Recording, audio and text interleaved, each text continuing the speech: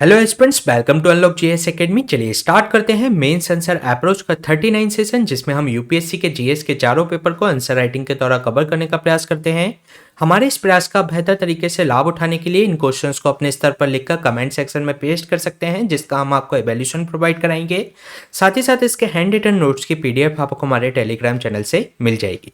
इस सेशन में हम 3 क्वेश्चन डिस्कस करेंगे, जिसमें से 2 क्वेश्चन रहेंगे जीएस पेपर 1 के भूगोल खंड से।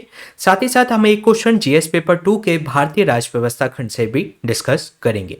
तो चलिए स्टार्ट करते हैं आज का इंपॉर्टेंट सेशन। ये क्वेश्चन आपका 153 है। प्रीवियस 152 क्वेश्चन हम प्रीवियस 38 सेशन में कवर करा चुके हैं, जिसका लिंक आपको डिस्क्रिप्शन में मिल जाएगा। ये जो क्वेश्चन है आपके जीएस पेपर 1 के भूगोल खंड से है, जिसमें आपसे पूछा गया है कि मृदा संशोधन क्या है, इससे संबद्ध लाभों और इससे संबद्ध चिंताओं का मूल्यांकन कीजिए। तो इस क्वेश्चन का आंसर आपको 150 शब्दों में देना है, जिसमें आपको मृदा संशोधन के बारे में बताना है और इससे एसोसिएटेड लाभों और इससे एसोसिएटेड चिंताओं के बारे में आपको चर्चा करनी है।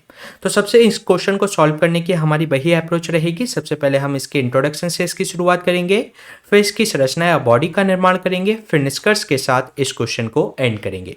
अगर हम इस क्वेश्चन के इंट्रोडक्शन के बारे में बात करें तो मृदा संशोधन होता क्या है, इसके बारे में बताकर हम इस क्वेश्चन को स्टार्ट कर सकते हैं। अगर हम बात करें मृदा संशोधन पौधों की वृद्धि हेतु मृदा की उपयुक्तता बढ़ाने के लिए उसमें कार्बनिक या अकार्बनिक पदार्थों को मिलाकर जो अनुपजाऊ जो मृदा होती है उसके उपचार को मृदा संशोधन के द्वारा संदर्भित किया जाता है। अगर हम बात करें मृदा की उपयुक्तता को तो इसके अंतर्गत मृदा के संगठन, उसकी जल धारण जो क्षमता होती है, उसकी जो जल निकासी जो क्षमता होती है, इसके अलावा जो बातन क्षमता यानी कि जो एयरेशन जो उसकी कैपेसिटी होती है, उसमें सुधार करके उसको बढ़ाया जाता है। इसके अलावा मृदा संशोधन के अंतर्गत इसके अंतर्गत पोषक तत्व उपलब्ध करवाए जाते हैं और इसमें जो वानस्पतिक जो आवरण है उसको बनाए रखा जाता है और इसमें जो कटाव को कम किया जाता है। इसके अलावा जो अपवाह है उसको कम करके इसके अंतर्गत जो कटाव होता है उसको भी इसके अंतर्गत कम करने का प्रयास किया जाता है। इसके अंतर्गत विभिन्न प्रकार की तकनीकों को अपनाया जाता है, जैसे कि इसकी जो बातन क्षमता होती है यानी कि जो इसका एरेशन सिस्टम होता है मृदा का, तो उसको बढ़ाने का प्रयास किया जाता है। इसमें खाद डाली जाती है, मृदा में कंपोस्ट या अन्य कार्बनिक पदार्थ मिलाकर या उसके अंतर्गत चूना मिलाकर इसकी क्षमता में सुधार किया जाता है। तो ये हमने बात की कि मृदा संशोधन होता क्या है। अब हम बात कर लेते हैं कि इससे लाभ क्या होते हैं। अगर हम इसके लाभों के बारे में बात करें तो ये मृदा संगठन में सुधार करता है, क्योंकि जो भारी चिकनी मृदा में ये जो जैविक खाद या जिप्सम मिलाने से इसके संगठन में सुधार हो सकता है। इससे उसकी जो जल निकासी की जो क्षमता होती है या उसकी जो संघनन की जो समस्या होती है उसको इसके अंतर्गत समाप्त किया जा सकता है। इसके अलावा अगर हम इसके दूसरे लाभ के बारे में बात करें तो ये पोषक तत्वों की उपलब्धता को अपने अंतर्गत बढ़ा देता है, क्योंकि इसमें जो अम्लीय मृदा को चूना पत्थर मिलाकर ठीक किया जा सकता है, क्योंकि जो चूना पत्थर होता है वह बेसिक नेचर का होता है और ये अम्लीय मृदा के साथ मिलकर उसको न्यूट्रलाइज कर देता है, तो जिसके कारण से उसमें सुधार होता है और ये पोषक तत्वों की जो अवशोषण क्षमता है परिणाम स्वरूप ये बढ़ा देता है। इसके अलावा उसके अंतर्गत जो विषाक्तता है उसको भी कम करता है। उसकी उर्वर क्षमता को बढ़ाने के लिए ये जीवाणुओं की उसके अंतर्गत जो गतिविधि है उसको भी इसके अंतर्गत इंक्रीज किया जाता है। और इसके अलावा अगर हम बात करें तो ये धनायन का विनिमय को भी इस पौधों के अंतर्गत बढ़ाने का प्रयास करता है, क्योंकि मृदा के अंतर्गत मिलाए जाने वाले कार्बनिक और अकार्बनिक पदार्थ मृदा की जो कुल धनायनों को धारण करने की क्षमता इसके अंतर्गत बढ़ा देते हैं, जिससे पौधों की जड़ों के बीच धनायन का विनिमय बढ़ जाता है, जिससे कि पौधों की वृद्धि सुनिश्चित हो पाती है। इसके अलावा ये उनकी जो जल धारण क्षमता होती है उसमें भी सुधार करता है, क्योंकि इसके अंतर्गत जो लोहा सल्फेट या एल्यूमिनियम सल्फेट के साथ साथ जो मौलिक सल्फेट को क्षारीय मृदा में मिलाने से मृदा संगठन को वे ढीला कर देते हैं, जिससे उसकी जो जल धारण क्षमता होती है उसमें सुधार हो जाता है। इसी तरीके से जो सोडिक मृदा में जब हम जिप्सम का उपयोग करते हैं तो वह जल प्रवाह में उसके अंतर्गत सुधार हो जाता है, जिसके कारण से उसकी मृदा अपरदन की क्षमता उसके अंतर्गत कम हो जाती है। तो इसके अंतर्गत जब लोहा सल्फेट या एल्यूमिनियम सल्फेट मिलाते हैं तो इससे उसकी जल धारण क्षमता बढ़ जाती है। और इसके अलावा जब सोडिक मृदा में जब जिप्सम का उपयोग किया जाता है तो इससे उसका मृदा अपरदन कम हो जाता है। इसके अलावा अगर हम बात करें इसके अन्य लाभों के बारे में तो ये जहरीले जो प्रदूषक तत्व होते हैं उसकी जो जैव उपलब्धता होती है उसको कम कर देता है। इसके अलावा जो पारंपरिक उपचार तकनीकों का जो हम उपयोग करते हैं तो उससे लागत भी कम होती है और इसे स्थानीय रूप से उत्पादित और लगभग किसी भी प्रकार की मृदा में इसका उपयोग किया जा सकता है। तो ये इसके अन्य लाभ हमने देखे। इसके अलावा अगर हम बात करें तो इससे एसोसिएटेड कुछ चिंताएं भी हैं। अगर हम उसके बारे में चर्चा करें तो इससे संबंधित कुछ चिंताएं हैं, जैसे कि जो मृदा संशोधनों का अगर हम अवैज्ञानिक रूप से उपयोग करते हैं तो इसके द्वारा मृदा के पीएच को ये बदल सकता है, जिससे कि इसके अंतर्गत जो कीट हैं उसके अम्लीकरण में वृद्धि हो सकती है, जिसके परिणाम स्वरूप कार्बनिक पदार्थों का जो भार है इसके अंतर्गत, ह्यूमस जो भार है इसके अंतर्गत, और उपयोगी जीवों की संख्या इसके अंतर्गत कम हो सकती है, जो कि प्रभावित करेंगे पौधे की वृद्धि को और बढ़ा देंगे ग्रीन हाउस गैस के उत्सर्जन को। इसके अलावा अगर हम इसमें आवश्यकता से अधिक होने पर अगर इनका उपयोग किया जाता है तो उस पर ये प्रभाव डाल सकते हैं मानव स्वास्थ्य, साथ ही साथ पर्यावरण के लिए भी ये हानिकारक हो सकते हैं। इसके अलावा ये स्वास्थ्य पर रोगजनकों जैसे कि आप वायरसों के दुष्प्रभाव भी इसके साथ एसोसिएटेड हो सकते हैं।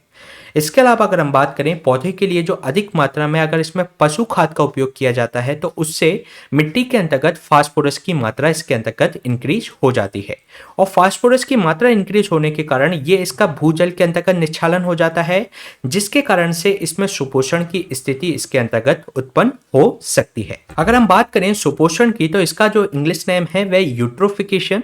जब भी किसी भी जल निकाय के अंतर्गत यानी कि किसी भी वाटर बॉडी के अंतर्गत पोषक तत्वों की मात्रा उसके अंतर्गत अत्यधिक बढ़ जाती है तो उस स्थिति को इसके अंतर्गत सुपोषण की स्थिति कहा जाता है। और जब इसके अंतर्गत मृदा में जब फास्फोरस की मात्रा इंक्रीज होती है तो इसका जो इन्फिल्ट्रेशन होने लगता है भूजल के अंतर्गत, और ये जो पोषक तत्व हैं ट्रांसफर हो जाते हैं जल निकाय के अंतर्गत, जिससे जो जल बॉडी है उसके अंतर्गत यूट्रोफिकेशन की स्थिति बढ़ सकती है। इसके अलावा भूमि पर उपयोग की जाने वाली जो धातुओं की उपलब्धता में वृद्धि से जो प्रमुख सूक्ष्म जैविक जो प्रक्रियाओं को प्रभावित कर सकते हैं, जिससे कि जो मृदा के अंतर्गत जो सूक्ष्म जीवों की जो संख्या है उनकी गतिविधि को इसके अंतर्गत कम किया जा सकता है, जिससे जो मृदा की जो बायोटा के प्रति जो विषाक्त प्रभाव प्रदर्शित करते हैं वे इसके अंतर्गत उत्पन्न हो सकते हैं। इसके अलावा मृदा में अगर भारी धातु है फसल की पैदावार इसके अंतर्गत कम हो जाएगी, और इसके अंतर्गत पशुधन की उत्पादकता को भी ये प्रभावित कर सकते हैं। तो ये हमने बात की जो आपके मृदा संशोधन से संबंधित चिंताओं इससे जुड़ी हुई हैं उनके बारे में। अगर हम इसके निष्कर्ष के बारे में बात करें तो जो मृदा संशोधन है उसका प्रयोग मृदा गुणों के समुचित वैज्ञानिक अध्ययन पर आधारित होना चाहिए। साथ ही साथ विशिष्ट मृदा पर निर्भर जो संशोधनों की उपयुक्त अनुप्रयोग दरों से संबंधित चिंताएं हैं जिनके बारे में हमने अभी बात की, तो उसको हल किए जाने की इसके अंतर्गत आवश्यकता है।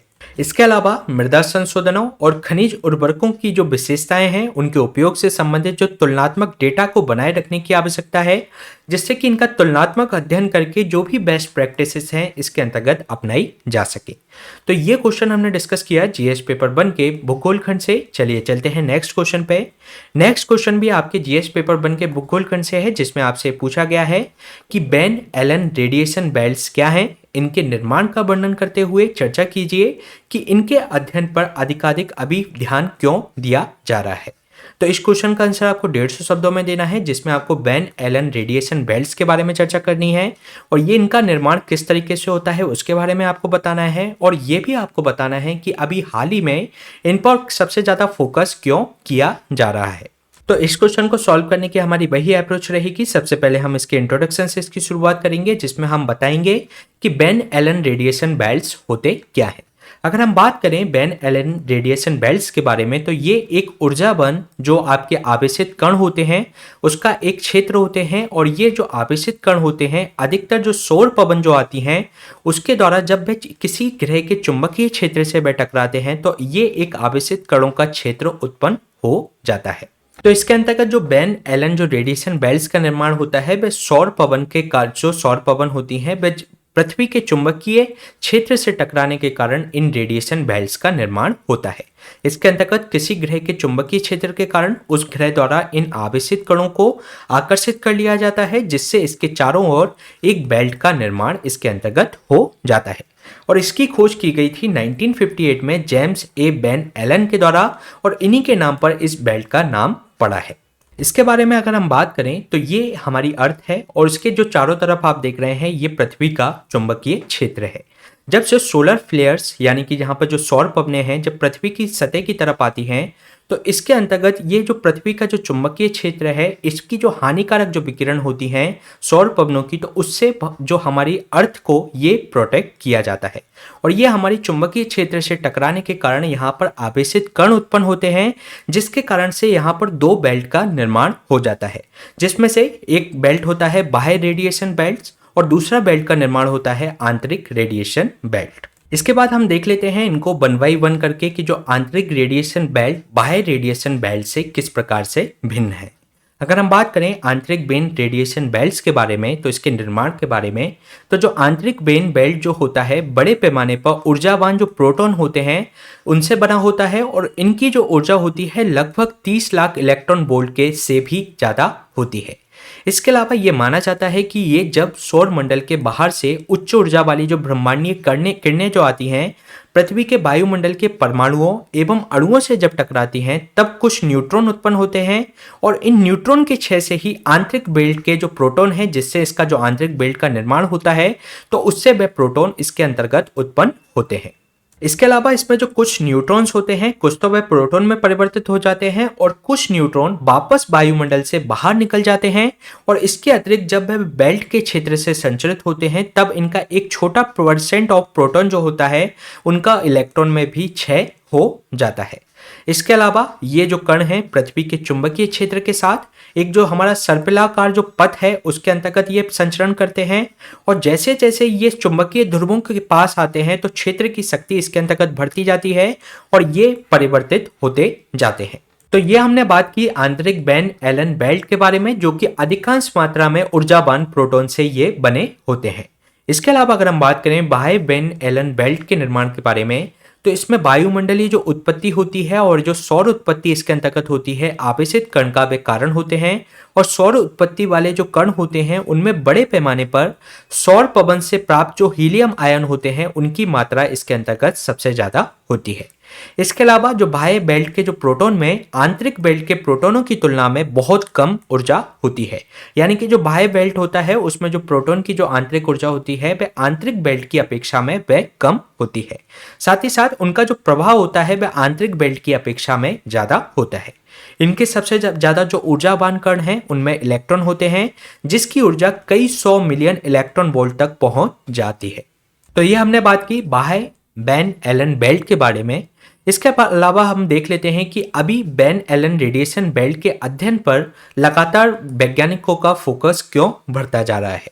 अगर हम बात करें दक्षिण अटलांटिक में स्थित जो सेंट हेलेना द्वीप है उससे प्राप्त जो आग्नेय या ज्वालामुखी जो चट्टानों पर हाल ही में किए गए अध्ययनों से यह पता चला है कि इस क्षेत्र में जो चुंबकीय क्षेत्र है उसमें विसंगति आ गई है और ये जो विसंगति है पृथ्वी के जो चुंबकीय क्षेत्र में कमजोर क्षेत्र को दर्शाती है और इसके कारण से पृथ्वी का जो चुंबकीय क्षेत्र है ग्रह को जो सौर पवन एवं ब्रह्मांडीय विकिरण से जो उच्च मात्रा में संरक्षण करता है तो इसके अंतर्गत उसमें नुकसान हो सकता है। इसके अलावा ये जो विसंगति है वो पृथ्वी की जो वैन एलन जो रेडिएशन बेल्ट है पृथ्वी की सतह के सर्वाधिक निकट आ जाने के कारण, जो कि हमने आंतरिक वैन एलन बेल्ट की जो बात की थी, तो ये जो विसंगति आई है ये जो आंतरिक वैन एलन बेल्ट है वह पृथ्वी की सतह के काफी नजदीक आ गया है, तो इसके कारण से ये विसंगति उत्पन्न हुई है जिससे जो ऊर्जावान कणों का प्रभाव इसके अंतर्गत बढ़ गया है।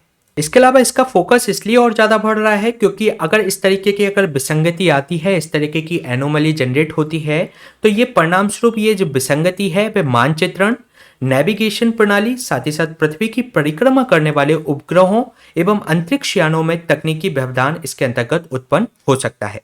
और इन अध्ययनों से ये पता भी चलता है कि जो दक्षिण अटलांटिक में जो विद्यमान जो चुंबकीय क्षेत्र में विसंगति आई है यह अपनी तरीके की एकमात्र अभी स्थिति ऐसी उत्पन्न नहीं हुई है, बल्कि इस तरीके की स्थिति पूर्व में भी उत्पन्न हो चुकी है और इसी तरीके की विसंगति 8 से 11 मिलियन वर्ष पहले भी इस तरीके की विसंगति देखी गई थी। तो ये जो विसंगति आई है वह वैज्ञानिक अध्ययन के लिए भी काफी ज्यादा महत्वपूर्ण हो जाती है, इसलिए लगातार इस पर फोकस बढ़ता जा रहा है।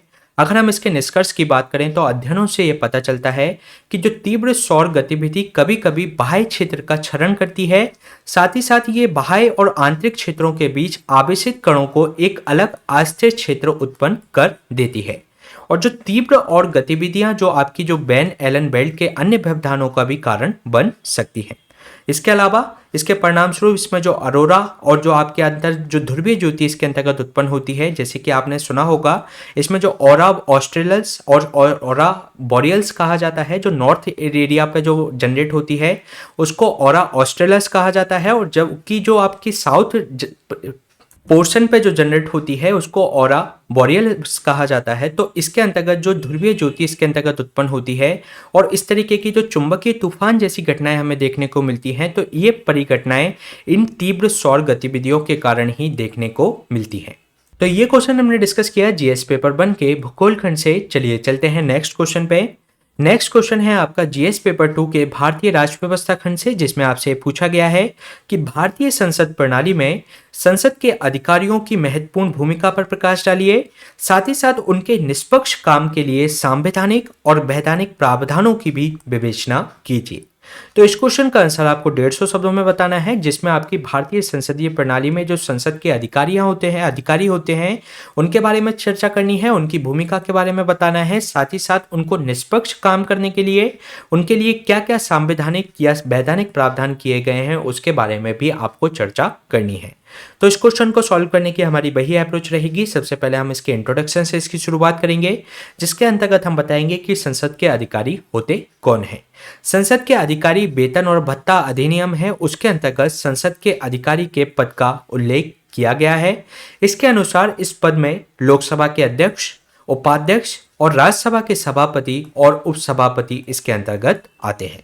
इसके अलावा अगर हम बात करें भारतीय संसद प्रणाली में संसद के अधिकारियों की भूमिका के बारे में, तो इसमें जो अध्यक्ष होते हैं लोकसभा का एक प्रिजाइडिंग ऑफिसर यानी कि पीठासीन अधिकारी होता है, जो सदन में निम्नलिखित संदर्भों का अंतिम व्याख्याकर्ता होता है, जिसके अंतर्गत भारत के जो संविधान के प्रावधान है उसकी व्याख्या वह करता है। इसके अलावा जो लोकसभा की प्रक्रिया या उसका जो कार्य संचालन के नियम है उससे संबंधित प्रावधानों की वह व्याख्या करता है। इसके अलावा जो संसदीय मामलों से संबंधित अगर कोई प्रावधान होते हैं तो उसका व्याख्याकर्ता भी अध्यक्ष लोकसभा ही होता है। इसके अलावा जो वह सदन का प्रमुख प्रवक्ता होता है, सभी संसदीय मामलों में उसका निर्णय अंतिम होता है।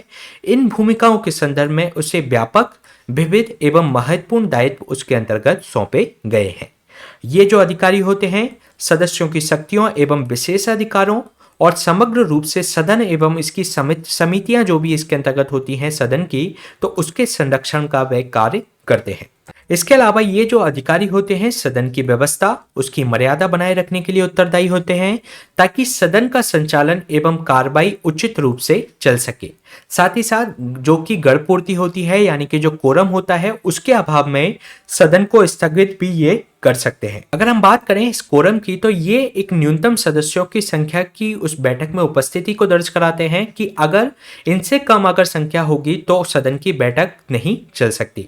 जैसे कि अगर हम लोकसभा की बात करें तो उसमें 545 सदस्य हैं, तो इसके 10% का इसमें कोरम होना चाहिए, यानी कि 55 सदस्य उस बैठक में मौजूद होने चाहिए। अगर 55 सदस्य बैठक में मौजूद नहीं होते तो उसका कोरम पूरा नहीं होगा और सदन को स्थगित इसके अंतर्गत किया जा सकता है।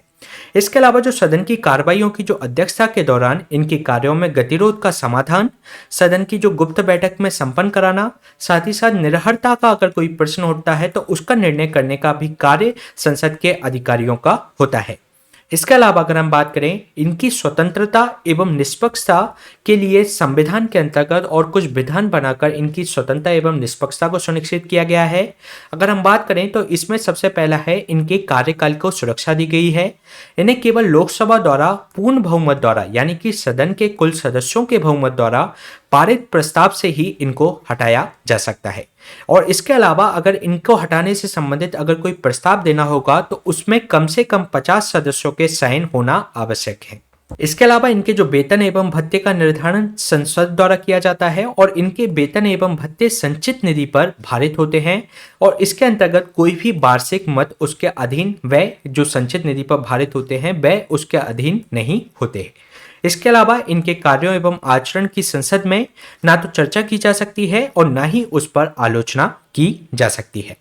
इसके अलावा अगर हम बात करें सदन की प्रक्रियाओं को विनियमित करने या उसके कामकाज के संचालन या व्यवस्था बनाए रखने की उनकी शक्तियां किसी भी न्यायालय के जो क्षेत्राधिकार है उससे उनको बाहर रखा गया है।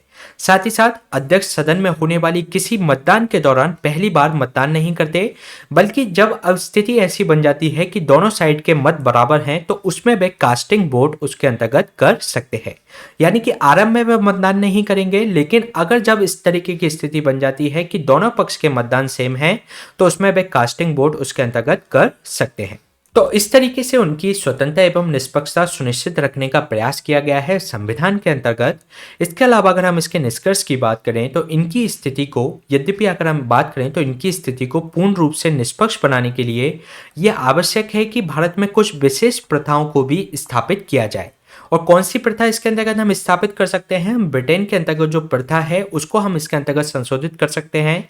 जैसे कि उदाहरण के लिए अगर हम बात करें ब्रिटेन में, तो उसका जो अध्यक्ष होता है किसी भी राजनीतिक दल का वह सदस्य नहीं होना चाहिए। और ब्रिटेन में अगर ऐसी परंपरा है कि जो अध्यक्ष को अपने दल से, जैसे ही वह अध्यक्ष के पद पर नियुक्त होता है तो उसे अपने दल से इस्तीफा देना पड़ता है। लेकिन भारत में ऐसी कोई व्यवस्था नहीं है। भारत में जो पूर्ण रूप से इसको स्थापित नहीं किया गया है, यहाँ इस उच्च पद के लिए चुने जाने के उपरांत भी लोकसभा का अध्यक्ष अपनी पार्टी से इस्तीफा नहीं देता है। तो हमें इस स्थिति को तैयार करना चाहिए जिससे कि उसको पूर्ण रूप से निष्पक्ष बनाया जा सके। तो इस स्थिति को, इस परंपरा को भारत में भी अपनाया जा सकता है। तो ये क्वेश्चन हमने डिस्कस किया जीएस पेपर 2 के भारतीय राज्य व्यवस्था खंड से। इसी तरीके के सेशन हम आपके बीच में लाते रहेंगे। इसके जो हैंड रिटन नोट्स की जो पीडीएफ है आपको हमारे इस टेलीग्राम चैनल से मिल जाएगी। Please stay tuned and subscribe the unlock GS academy. Thank you.